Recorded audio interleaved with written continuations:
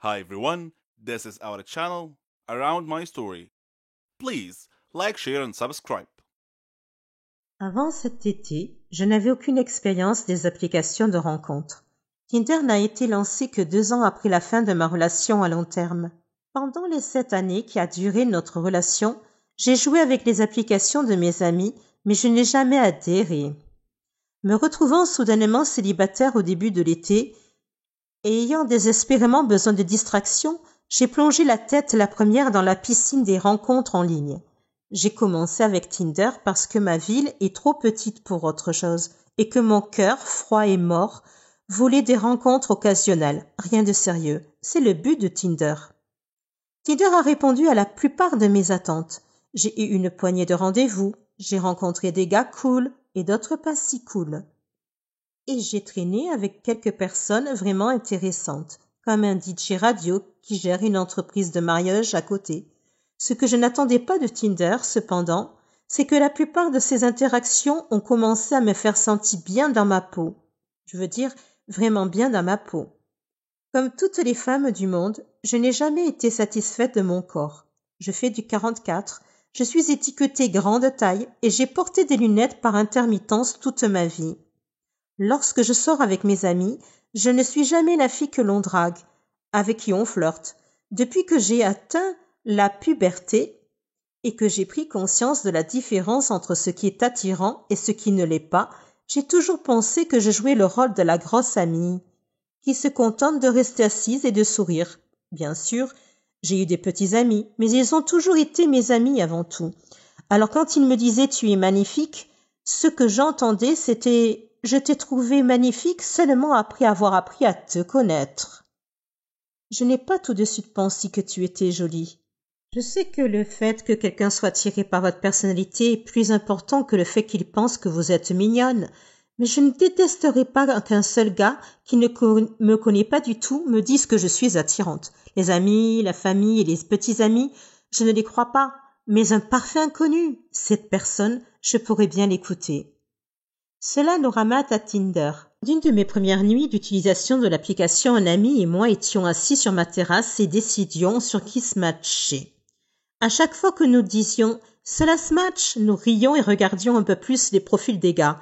Après la 3e correspondance, j'ai dit « ces types me jugent juste sur mon apparence, non ?» Mon ami a hoché la tête. « Donc ils ne font que se matcher parce qu'ils me trouvent mignonne ? Ou est-ce qu'ils swappent toutes les filles ?» Nous en avons conclu qu'il était évident que certains des gars swipaient sur chaque fille, mais que les chances que chaque gars fasse ça étaient minces. On a glissé un peu plus. Quand j'ai commencé à correspondre avec des gars qui étaient classiquement beaux, eh bien, je ne vais pas mentir, c'était vraiment bien. Un mec sexy me trouve vraiment attirante? Quoi? Non. Comment c'est possible?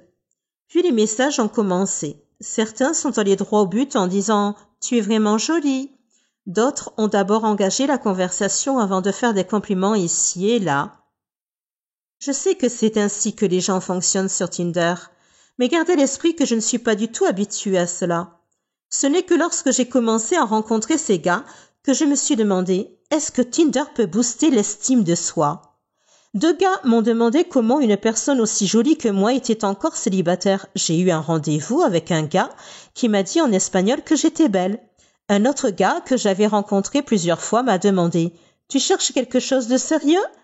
J'ai répondu en riant comme une folle. Ce n'est pas la question qui m'a surprise. C'est le fait qu'elle vienne d'un type incroyablement séduisant et en pleine forme. Parce que oui, je suis superficielle. Et je ne passe à côté que sur les types que je trouve physiquement séduisants. Quand j'ai fini de rire, j'ai dit quelque chose de maladroit comme « Oh, peut-être, je veux dire, je ne suis pas contre ». Mon esprit, cependant, disait « Tu es sérieuse? Tu t'es vue? Tu m'as vue ?» En fait, je n'étais pas séduisante, mais je savais simplement comment bien m'habiller. Je me suis retirée dans ma coquille malsaine. Peu de temps après ce type, j'ai traîné avec un étudiant en médecine gentil et ringard qui était en ville pour les vacances. On s'entendait bien.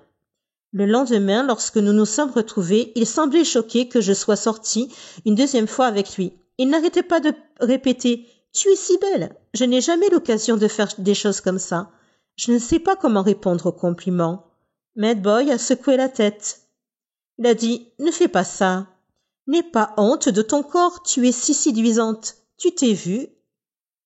Tu es magnifique. » Quelque chose chez ce type a fait que mes pensées habituelles de haine de soi ont commencé à perdre prise.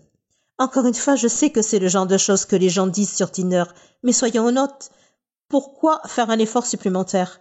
À moins que parce que c'est vrai. Quelque part, entre les discussions occasionnelles sur Tinder, la poignée de rendez-vous, mon esprit a tourné autour d'une nouvelle pensée. Suis-je attirante? Je me suis regardée dans mon miroir en pied. J'ai essayé de voir ce que ces gars voyaient. Des gars qui ne me connaissaient pas du tout. Des gars qui ne sont pas influencés par ma personnalité. Et des gars qui n'ont aucune raison réelle de me complimenter. Parce que je ne recherche pas une relation de sitôt. Tout à coup, je commence à le voir. Là où je voyais des bosses disgracieuses et un ventre que je rentrais avant d'éteindre la lumière, je vois maintenant un corps sain, bien dessiné et, osons le dire, mince. Mes amis, ma famille et mes petits amis m'ont toujours dit que j'étais séduisante. Mais ce n'est que lorsque ces inconnus ont commencé à le répéter encore et encore que j'ai commencé à l'entendre.